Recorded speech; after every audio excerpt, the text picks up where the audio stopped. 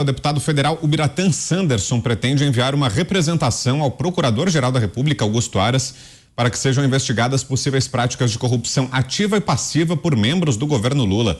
O parlamentar quer que a PGR investigue denúncias de que o Palácio do Planalto teria oferecido até 60 milhões de reais em emendas para deputados retirarem suas assinaturas dos pedidos de instalação da CPMI do 8 de janeiro. Além disso, o Planalto teria ameaçado não pagar emendas aos deputados de primeiro mandato que endossaram a investigação da Câmara e do Senado. A CPMI hoje tem o apoio de 186 deputados federais e de 33 senadores. E aí, José Maria Trindade, na sua opinião, cabe investigação mesmo, Zé, sobre esse esforço do governo para tentar esvaziar a CPMI, Zé? Olha, a gestão pública, ela tem que ser levada de forma independente. Fazer esse tipo de pressão, de chantagem com dinheiro público, é claro que é prevaricação. Prevaricação é fazer ou deixar de fazer algo em virtude de interesse próprio ou de terceiro. Não tem nada mais configurado do que isso. Olha, Vitor, nós vivemos, no momento, um debate muito profundo da sociedade. E a eleição, essa eleição polarizada, onde Lula ganhou com menos de 1% dos votos, né, se viu muito bem para debater o que é uma prática política saudável, uma prática política legal, do que uma prática política, embora seja uma prática antiga, mas uma prática danosa. Essa história de usar dinheiro público para intimidar, para ameaçar o Congresso Nacional, é claro que é crime. Algum desavisado já pode dizer, mas sempre se usou assim, sempre foi crime. Mas agora, mais do que nunca, há uma concepção geral de que a gestão pública deve ser eficiente e independente de forma equilibrada, ou seja, não se pode fazer isso. É verdade, o orçamento secreto foi transformado em emenda parlamentar. Quem executou até o dia 31 de dezembro, durante o governo Bolsonaro, tudo bem. Quem ficou para agora, ou seja, os novos parlamentares, não podem executar que é um direito que está no orçamento. O fim do orçamento secreto levou essa verba para as emendas parlamentares. E impedir o exercício, você pode até questionar, né? Mas o legislativo não tem como função exercer o orçamento. É verdade, isso é uma função do executivo, mas está lá, no orçamento, o dinheiro e pronto. Não dá mais para tolerar esse tipo de coisa. Nós sempre assistimos aqui, mas são práticas que ficaram no passado. Eu me lembro do general Luiz Eduardo Ramos, conversando com líderes. Quando falaram nessa história de liberação de emendas, ele levantou a mão e falou assim, eu não vou colocar a minha mão nisso aí. Dizendo o seguinte, que o governo Bolsonaro não iria chafurdar nesta lama de comprar votos no Congresso Nacional em troca de emendas parlamentares, ou seja, de dinheiro público. E agora a gente vê voltando isso sem nenhum constrangimento. A CPI é uma arma da minoria. O requerimento foi apresentado. A CPI tem que ser instalada. Retirar assinaturas através de recursos públicos é uma forma, sim, de prevaricação. Para você, Thiago Pavinato, pode haver alguma ilegalidade, Pavi, nessa operação montada pelo governo? Bom, essa é uma questão complexa, mas imoral ela é. Antiética ela é, abjeta ela é. Agora, não é nem corrupção ativa, nem corrupção passiva. Então, ele já começou mal. Não dá para investigar por corrupção ativa nem passiva, porque esse é um crime que se comete através de agente particular que não exerce função pública e alguém que tem a função pública. Então, você tem duas figuras, um particular ou uma autoridade que obtém uma vantagem ilícita. Mas é uma relação necessariamente entre particular e funcionário público. Então, corrupção ativa e passiva não é. O que poderia ser? Concussão. Artigo 316, se não me falha a memória, do Código Penal. Concussão é um crime em que se exige uma vantagem, né? Se exige uma vantagem indevida. Um funcionário público para outro.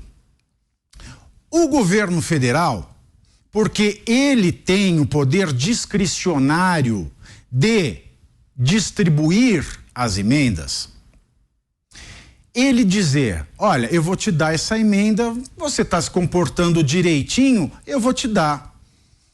Isso poderia ser concussão no mundo da ética, no mundo da moral, sim. Mas no mundo da técnica jurídica que nós conhecemos no Brasil, não é.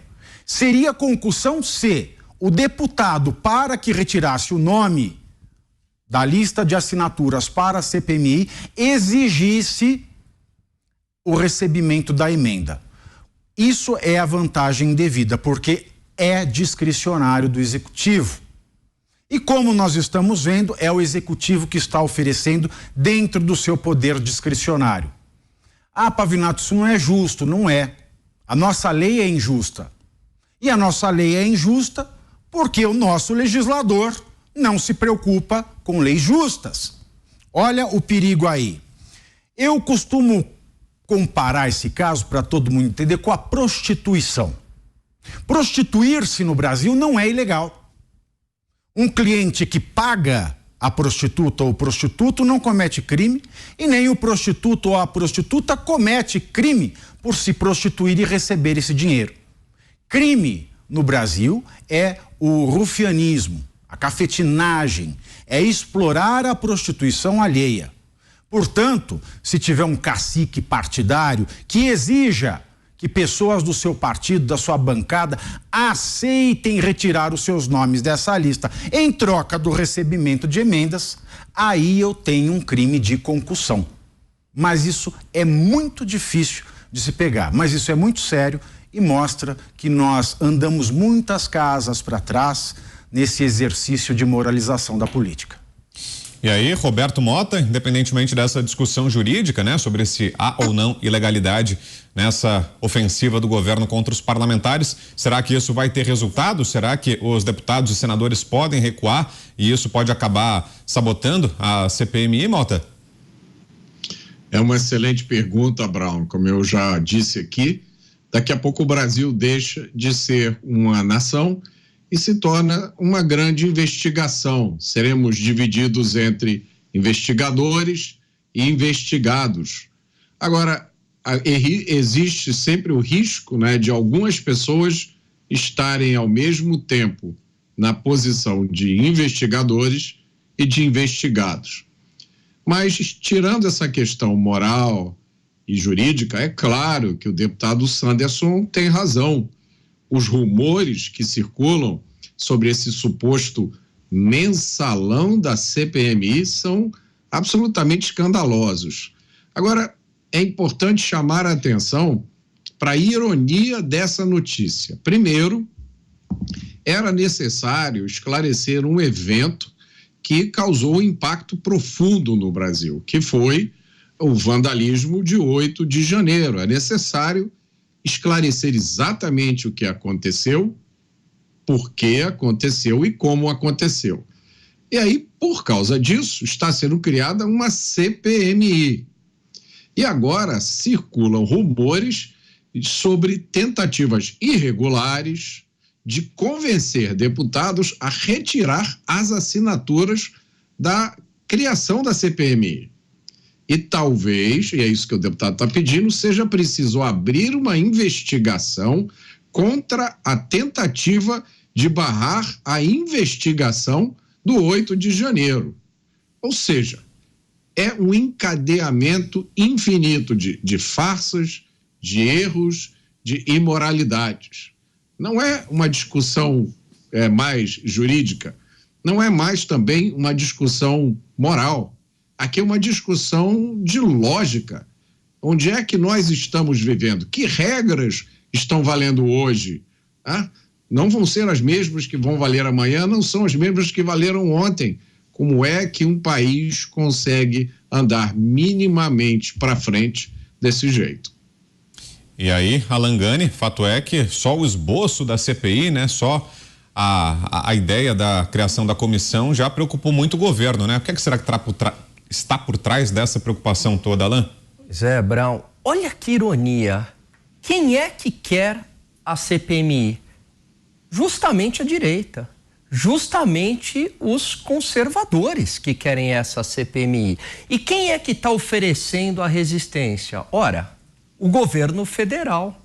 E talvez a ABIN tenha a resposta, porque avisou 48 órgãos ligados ao governo federal e assim o governo federal supostamente nada fez. Um argumento para a não ocorrência de uma CPMI, geralmente utilizado por governos, é que paralisa todos os trabalhos. Mas aí eu pergunto, dentro desse desgoverno, quais trabalhos seriam paralisados?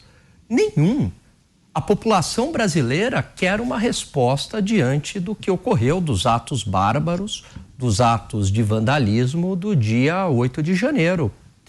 E veja, é o balcão de negócios sendo institucionalizado, é o toma lá da cá, é o mensalão, se tudo isso for verdade. É uma vergonha ética, é uma vergonha do ponto de vista moral para o país. E depois do mensalão, do petrolão, talvez a gente tenha agora o CPIzão.